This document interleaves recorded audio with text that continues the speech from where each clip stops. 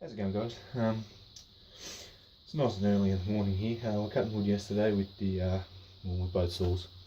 Right towards the end of the day, the 029 stopped, and she wouldn't get going again. So I figured I've got to get it going again. I can't imagine it's going to be too big of an issue, but I'll take you guys through the process of elimination and the diagnosis, I guess you could call it. We'll get it going again. So. We got the coffee, let's get it there.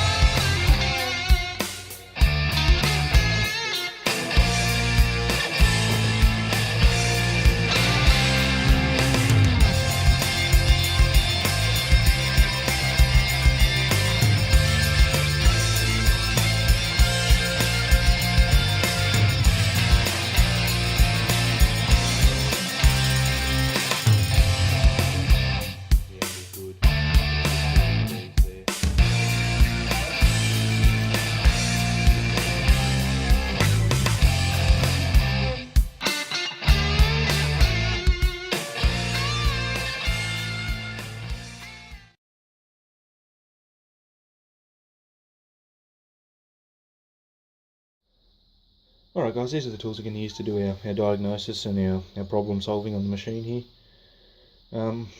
It's nothing out of the ordinary. We've got our normal work gloves over here, nice thin ones to give you a bit more control than thick heavy work gloves. Some shop towels, basically glorified paper towel, but it's good for taking up greases, oils, all that sort of stuff.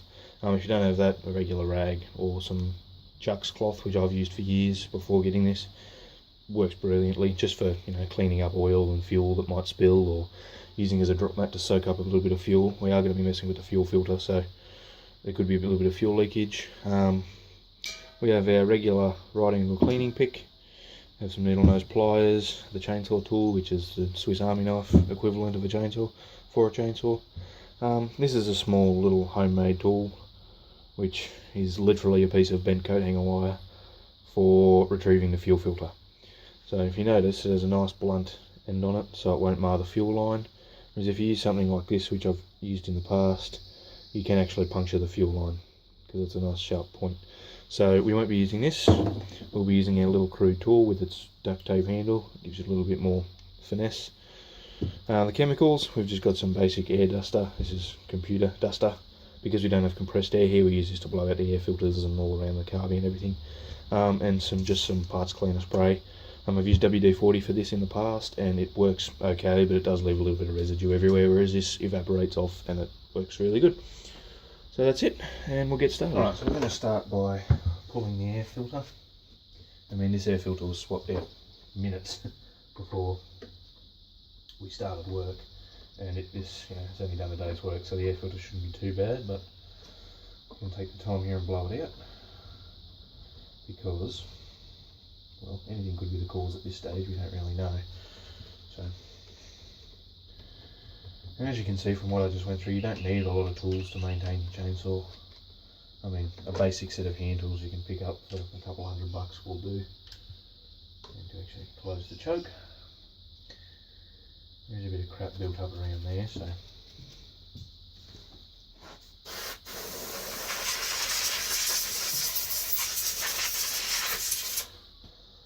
just going to make sure we've got a clean mating surface for the air filter to sit up against.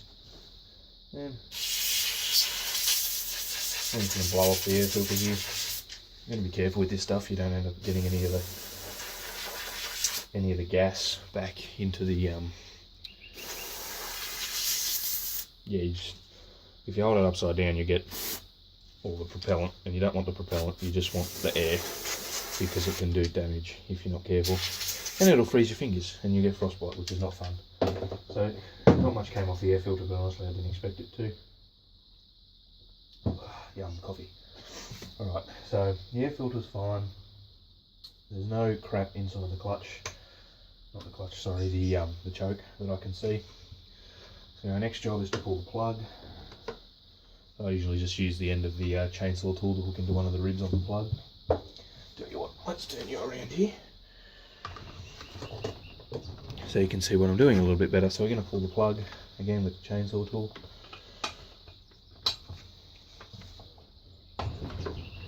Now this shouldn't be in very tight. You shouldn't have to use a breaker bar or anything to get them out, because they only need to be in just snug. So pull that out of there. Now again, this is not an old plug, so that plug is absolutely fine. I can't see any problem with that at all. So it's going to go back in. So that's the two easiest things to check. Check your plug, and you want to check your air filter. So the next thing to check is the fuel filter. Now from memory, the fuel filter on this saw is fairly old, so it may need replacing. I do have some spare filters. I've picked them up just in time for this to need doing. So I don't know how much fuel is actually going to be in here. Oh, look at that, almost a full tank. How great. Alright, so I'll have to get a container to dump that into. Lucky I have just a thing here. If you're going to reuse the fuel, you want to make sure that your container's really clean. This is going to be the first thing we're going to use one of our shop rags for. By the way, these things are extremely cheap. I think it's $16 for a massive box of 200. So, you know, and if you do heat with wood, it's also a very good way to get your fire going. Once you get a few with some oil and grease, and probably not fuel, but if you got some sitting around that are soaked up with a bit of oil and grease, they work fantastic instead of newspaper. Just be careful, use your best judgment. Don't be stupid with it, but they do work if you don't have any firelighters or anything like that. Alright, so we're going to dump this out here.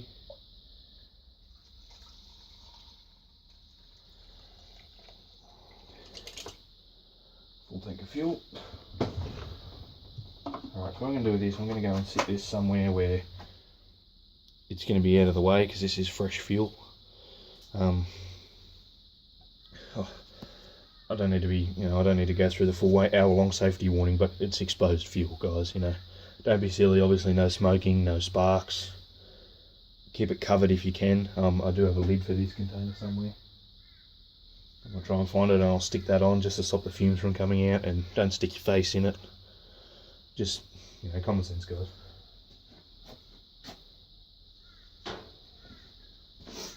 Right, yeah. So we got the fuel dealt with. I'm going to try and snag the fuel filter. Now the easiest way is obviously to get a light, shine down in there. Again, guys, use your common sense. Oh, hello. Now that I didn't know was in there. This is a little fuel cap retainer. Alright, we'll put that back in the cap, I think. Alright, so snag the fuel filter. Now using this tool is relatively easy. You can just get in as long as you can see, and you can pull it out just like that.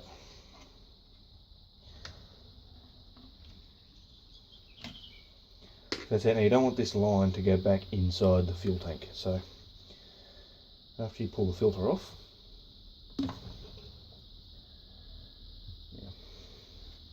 the easiest way I've found to do this is to get a small set of vice grips and adjust them until they are extremely soft, so that if and when, so you don't do any damage to the fuel line.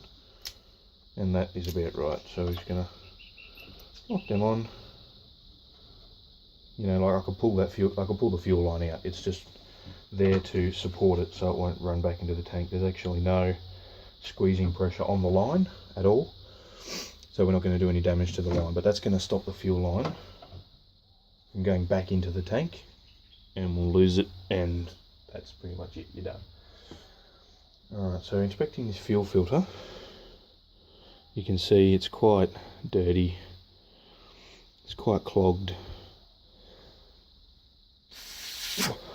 not much air going through it. God, it fuel doesn't taste nice. There's not a lot of air that's going to run through that, and I'm going to drop it apparently. Oh. I mean, we could try and we could use our parts cleaner or our canned air even to try and blow it out, but these are very cheap, so it's easier just to swap one out. So we've got our spare parts container over here with our small bag of parts. Yes, I did go shopping the other day. For anybody that's been following my videos, I bought some fuel filters, I bought a few new tools, all the things that I've been talking about. So you can see the difference.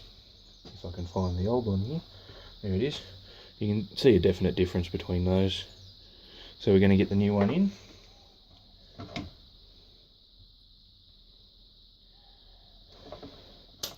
Take off our clamping pressure, so you can see there's no marring on that. I mean, I don't know if you can or not, but there's definitely no marring on that. I'm going to make sure that's seated in there properly, and we'll just poke it back down inside. Alright, now for the cap retainer, you can just push that up into, there's a small hole, I don't know if you can sort of see it there or not, but just get your doohickey and push it in. You'll hear a snap, and then you drop the thing again. Oh, God, I'm good at dropping stuff. Okay, now there's a bit of crap on that from being dropped, so you want to clean that off. Just with parts cleaners, fine, it's a flammable liquid, so a little bit gets down inside the tank, it's not going to ruin everything. But that'll stay in there. And then we can poke it back down inside the tank.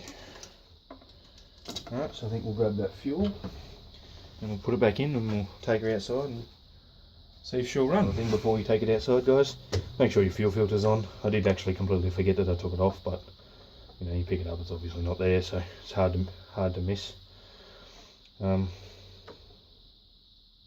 yeah, you definitely never want to run your saw without a filter. I mean, if a mechanic does it, that's on their head. If they stuff your engine, you know, that's on their head, that's on the company's head. If you do it yourself, it's all on you. So make sure your air filter's on always when running it, and you always want to make sure that your cover is on as well.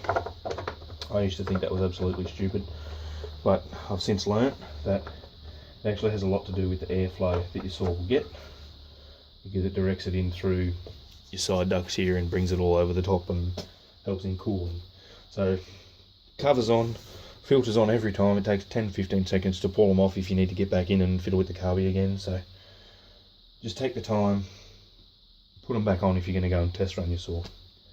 Alright, let's take it outside and give it a go.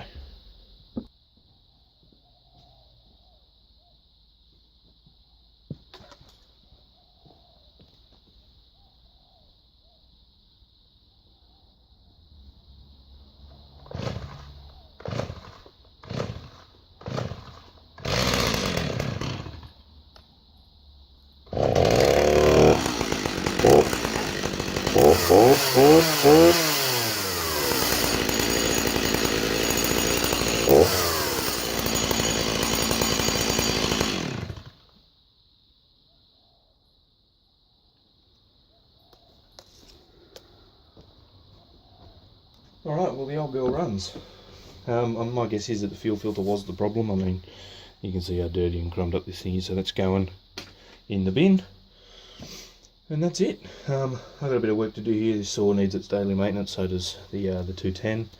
As well as I've got 2 or 3 chains that need sharpening, so I've got a full day ahead of me. I do have I wouldn't really call it a surprise, but there's a good series of videos coming up. I've purchased a little car, and needs a fair bit of work, so I'm going to get in and do that, and I'll try and document the process along for you guys as much as I can. But yeah, so we'll get into that.